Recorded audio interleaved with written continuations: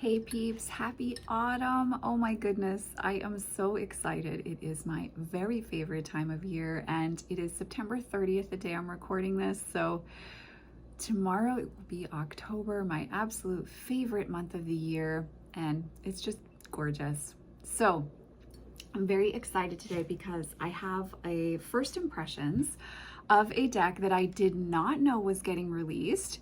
But one of you, a very wonderful, wonderful viewer and Patreon supporter, thank you so much, my dear, gifted me this gorgeous deck, which I'm very excited to talk about and share first impressions with. So they are by two deck creators that I absolutely love, Tess Whitehurst and then Jasmine Beckett Griffith, of course, did the artwork. It's published by Blue Angel, and what would I do without you guys? I miss all of these new releases because I'm so busy, and so this viewer and wonderful community member so lovingly said, I know this deck is coming out. It's a surprise. I'm going to send it to you. Keep an eye out. So it came and I have been so excited to work with it. But I did want to unbox it myself because Tess Whitehurst's Queen Mab Oracle is really, really important to me right now.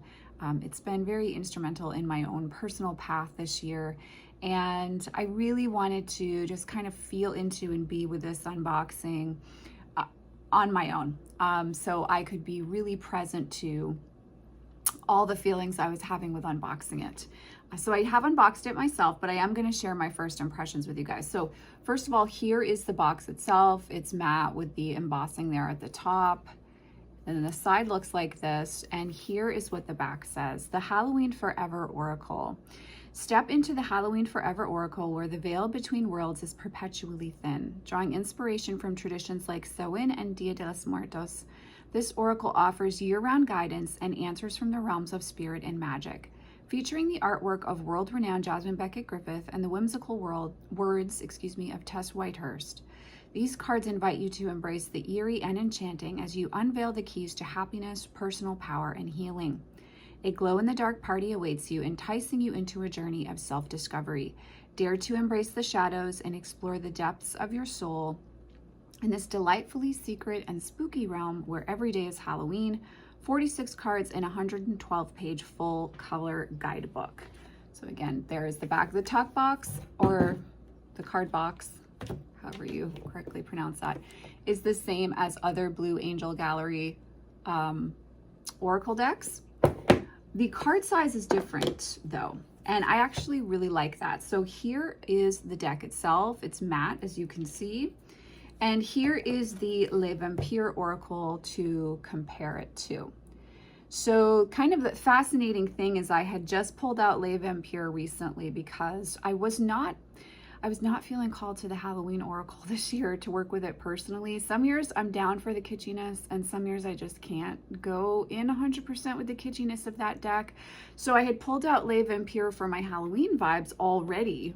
And so the thought of being able to add this to my collection really excited me. So these are the backings. I really like this size. I think it's nice to have this slightly smaller size, as I do feel that this deck will work well for clarifying tarot in a slightly different way than, let's say, Le Vampire Oracle or the Halloween Oracle for sure. So let's break down the guidebook, because honestly, as much as I love and adore Jasmine's artwork, I have prints of her work in my house. I have like every deck she's ever done just because I love her artwork so much. I was actually most excited for Tessa's guidebook because the Queen Mab Oracle guidebook, at first I had thought of, in the Queen Mab Oracle, I was like, I'm not sure how I feel about this guidebook, and I wasn't going to really pay attention to it. But then in my personal journey, I started referencing the guidebook and had some really powerful awarenesses come through. So I'm very excited to see how this guidebook is going to work over time with me. And I'm hoping it will be similar to the experience I've had with the Queen Mab Oracle. So first impressions, I read the intro. It's very short and to the point, but I do feel it gives you a feeling that you're being encouraged to work with the deck year round and to look at this as a realm that you're stepping into, where the veil is thin and you're moving through and speaking to fae beings, to beloved dead, to ancestors, to deity, and that this deck is kind of a conduit for that. So she talks about that in the intro, but it's a very brief intro. There are a few card spreads that she references, And there's a fairy witch spread, a werewolf spread, a pumpkin spread. And then she does offer some insight into how to do a reading. So if you're 100% new to working with cards, then you have a little bit of a jumping off point to get started. And then in the guidebook itself are color representation, the title, a small blurb about the card itself, and then you have several paragraphs kind of fleshing out the meaning, very similar to the Queen Mab Oracle. So if you enjoyed that format, then you will like this. You have a little bit more information in the intro blurb though in the Halloween Forever Oracle as opposed to the Queen Mab Oracle. So first thoughts on the guidebook are, I like it. I'm not in love with it, but that was my first impression on Queen Mab Oracle. And now that guidebook almost makes me cry every time I work with it. So I'm waiting because I know it's going to be a slow burn. And also I've only done my introductory spread with the deck itself because I did just get this in the mail on Friday and I wasn't able to open it until Saturday. I'm recording now on Monday. So I also haven't really gotten into the feel for the guidebook as a whole, but you're certainly getting enough information to have a jumping off point with.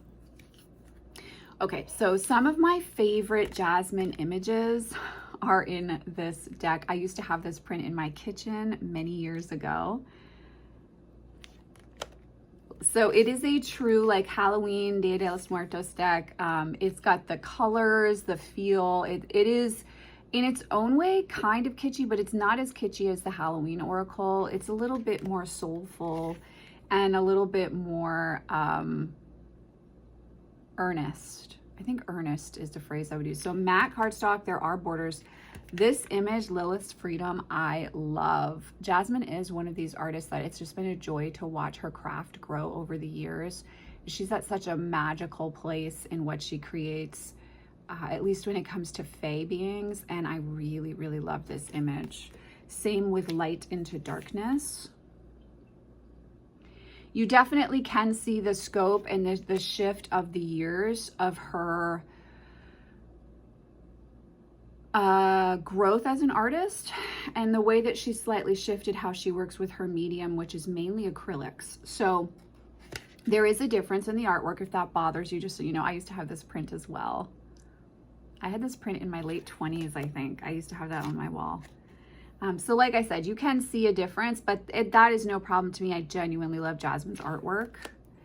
And I do have a feeling that this deck, Cuddle the Dragon, they're so cute. I do have a feeling that this deck will be one that I use for daily draws, but also that I can use very easily to clarify tarot, which I really like having a deck that has multi-purposes. I don't have a problem when Oracle is straight up just for kind of daily draw, big picture, personal messages from your guides. But I do also like when I can throw a deck in to a tarot spread very easily and get answers very easily. And incidentally, Vincent is getting too old now, but back in the day we used to color together all the time. And Jasmine Beckett Griffith's Halloween coloring book was one of his favorites. So some of these images, like this one we've colored together, I get like really nostalgic when I look at some of the images in this deck because we colored a lot of these images in her Halloween coloring book a great deal. So I have all the feels about this deck, a lot of feelings of nostalgia and memories, but I also think you really do get a good feel for the Fae realm in its shadow aspect. So, you know, if you were working with the Unseelie court within the Fae beings from a mythological perspective, I think you would get a lot out of incorporating this deck into that. In fact, what I want to try myself is working with this deck in conjunction with Brian Froud's Fairies Oracle, because I think that they would have a really fascinating conversation together. Like you can see, this is a really old school version of Jasmine's artwork. I love this image so much. In fact, I've been sitting with, because I've just been kind of looking at the deck while I watch TV at night. So funny because one of my wonderful Patreon supporters, I did a house tour as a bonus for September, one of the bonus videos. And she was like, for some reason, I find it hysterical that you have a TV. Yes, I do have a TV. And I love to watch old movies and just silly things and horror things in the evening when I can't sleep. But I've been kind of like shuffling this deck and just looking at the images while I'm kind of chilling at night.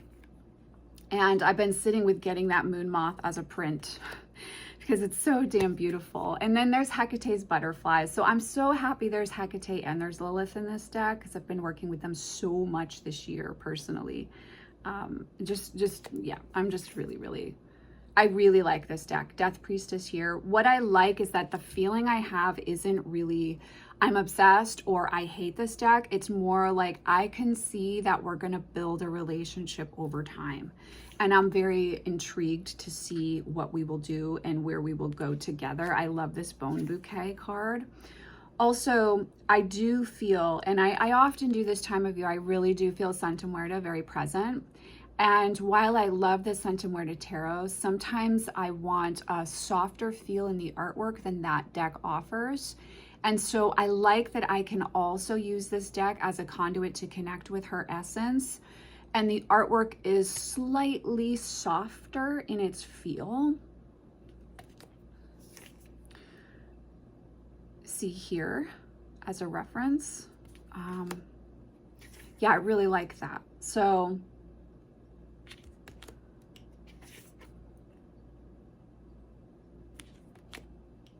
I am very excited to get to know this deck more. Like, look at this one. This one's gorgeous.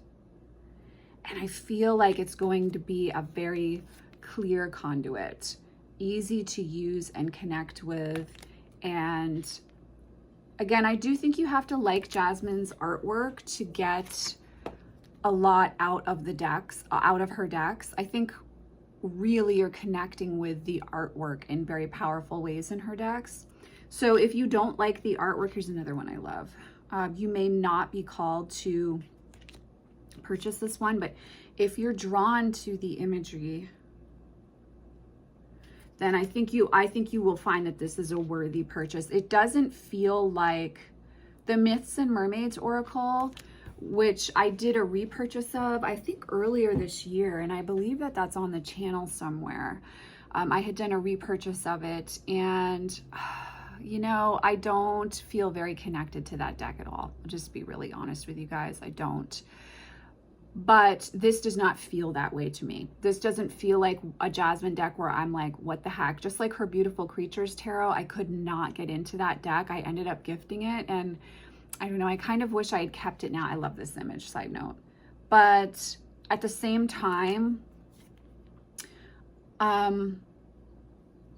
it's not quite, it just doesn't, it feels too, Myths and Mermaids and Beautiful Creatures feel too disparate to me. They don't feel clear. They feel like they just slapped together a bunch of artwork in a kind of a theme that kind of fits the title of the deck. This deck does not feel that way. I do feel like Tessa's guidebook is going to tie the theme together cohesively. And there is a very, I love this one, Halloween vibe to this for sure. Like, it is true to the title of the deck itself. Now, my one gripe so far about this deck are the images that we've placed from a landscape perspective. The image is still somewhat cut off, and that's a little bit distracting for me. Plus, when I draw it, I'm going to draw the card this way. I don't know that I love that. I'm on the fence. I'm on the fence about it. Love this image. Used to have a print of this as well. I used to buy her calendars, and this was the one for October one year, and I really loved that. And here's a much older Jasmine image, as you can see. Still really beautiful, though. Will-o'-the-Wisp, I love. Jack-o'-lantern love here. I tried my best to keep most of the deck in order for you guys for this first impressions. So there might be one or two that are out of order from when I drew, but I did try my best to keep it relatively in order. So here's a little secret about me. I'm not really into werewolves. I'm a vampire girl. So sometimes the lichen images over and over, because she had like a whole series she was doing, Jasmine, back in the day, they kind of get a little bit like, okay, I get it, wolves, I get it, werewolves, you know. I mean, I guess if I felt that way about vampires, I would feel the same way about the late Vampire Oracle. But yeah, but this image I don't mind, so I was totally fine with that. And I don't have like 5 wolf images, I have 1 wolf image in this deck, so that's totally fine. And we have cats and dragons in here too. So I feel like this image is so cute. So I feel like there's lots of representation. Here's one other landscape one. Again, like my only gripe with this is that her head, top of her head is cut off. And when I draw it, I'm going to draw it that way. And I don't like that, feels distracting to me from my intuitive voice perspective. Like I'm going to have to stop and look at the deck. I mean, I think, you know, we're all different and you have to be honest and know yourself. And for me, I get very like, I like things a certain way. Hello, Taurus, Sun and Taurus, Venus. And so when I see this, that's going to be distracting for me in a reading because it's going to make me stop and go like, oh, now I have to like reorient. It's actually why I don't use the wild Kuan Yin all that often in readings professionally, because I have to constantly turn the deck to look at the image. So for me, this is like but there's only 2 in the deck, I believe 2. And so that's fine. It's just 2. I can handle that. But if there were a lot in this deck like that, that would become distracting for me in readings. And here is the last card, number 46, Daughters of Night. I love that image. So I have to say, as a whole, I'm really, really excited to get to know this one. Some of my favorite Jasmine images are in here. I like the feel of this. It feels cohesive. I love Tessa's Queen Mab Oracle guidebook. So I'm very excited to work with this guidebook and get to know this deck. Here's the difference between this and the Halloween Oracle by Stacey DeMarco. The Halloween Oracle kind of is what it is. I personally don't get a lot out of that deck other than what's on the surface. It's very kitschy. It's cute aesthetically, but it doesn't give me a lot of meat. I do feel that this deck is going to be cute and kitschy Halloween, but also have more meat to it. More meat on the bone, more to get out of it, more to distill from my own experience and journey when I read personally for myself, and then also more to offer clients in client readings based on the meat that is within this deck. So for me, I think already I feel better about this one than the Halloween Oracle, and I'm excited to get to know her for real over some time. And I will be sure in around November, I will do my best to remember to do a full-on review so you guys can get my thoughts post-Halloween, post-Dia de los Muertos, what I think of this deck as a whole. So if you're on the fence about purchasing it, you can make your choice there. I will say, if you have Shadows and Light and if you have Les Vampire Oracle, is this a necessity? No. Does it feel different than those 2 decks? To me, yes. It does not feel like Les Vampire. It does not feel like Shadows and Light Oracle. So if you're wondering that, I can tell you already, it has a very different feel to me. I don't feel like it's just another deck to collect her artwork. I do think that there's a unique voice to this one. So I want to just take a moment and thank the viewer who gifted this to me so very much. I am so, so, so grateful to you, my dearest, dearest friend. And I just want to take a moment and let you guys know how much I love you. Oceans and oceans of love coming to you from me to you. I hope you guys are doing well. Let me know in the comment box down below what you guys think of this deck. And of course, as always, I will see you in the next video. Take care.